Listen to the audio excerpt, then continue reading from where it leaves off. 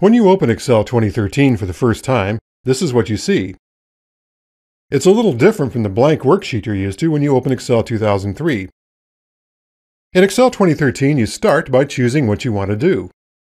You can choose a template and create a new workbook, or open an existing workbook here. Let's see what happens when you open an Excel 2003 workbook. It looks about the same, and it works about the same too. And all the basic tools and features you're used to are still here. You type and format text and numbers the same way. The commands are just organized differently. You used to select a menu item, then click a command. Now, you select a tab on the ribbon and click a command. By default, the Home tab is selected when you first open Excel. And if you just want to get up to speed fast, this is where you'll find the most common commands for working with your data.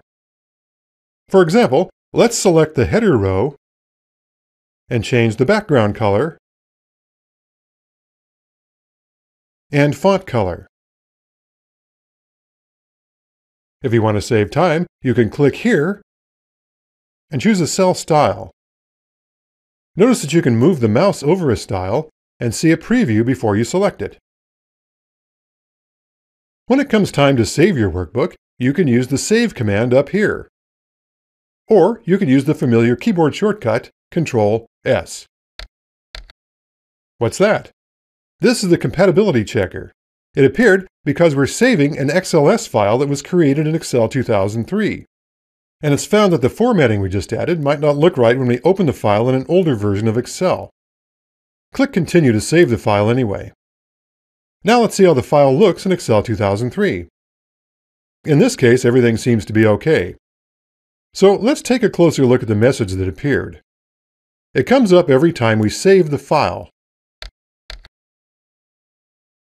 You can clear this checkbox to make the message go away.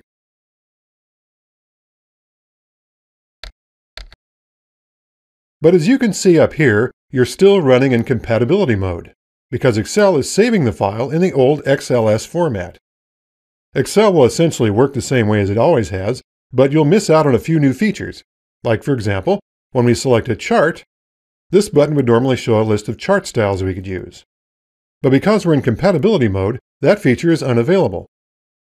So if you don't need to open the file in Excel 2003, the best thing to do is to convert to the new XLSX format. And here's how to do that. Click the File tab to go to the Backstage. With Info selected here, click Convert. Click OK to perform the conversion, and then click Yes to reopen the workbook so that you can use the new features. Now when we select the chart, we have a whole range of chart styles to choose from. Again, you can preview the styles before you select one. We'll get into compatibility mode in more detail in the final video. So, you're well on the way to making the switch to Excel 2013. Now stick around and we'll do more. In the next video, you'll see how things are organized in Excel 2013.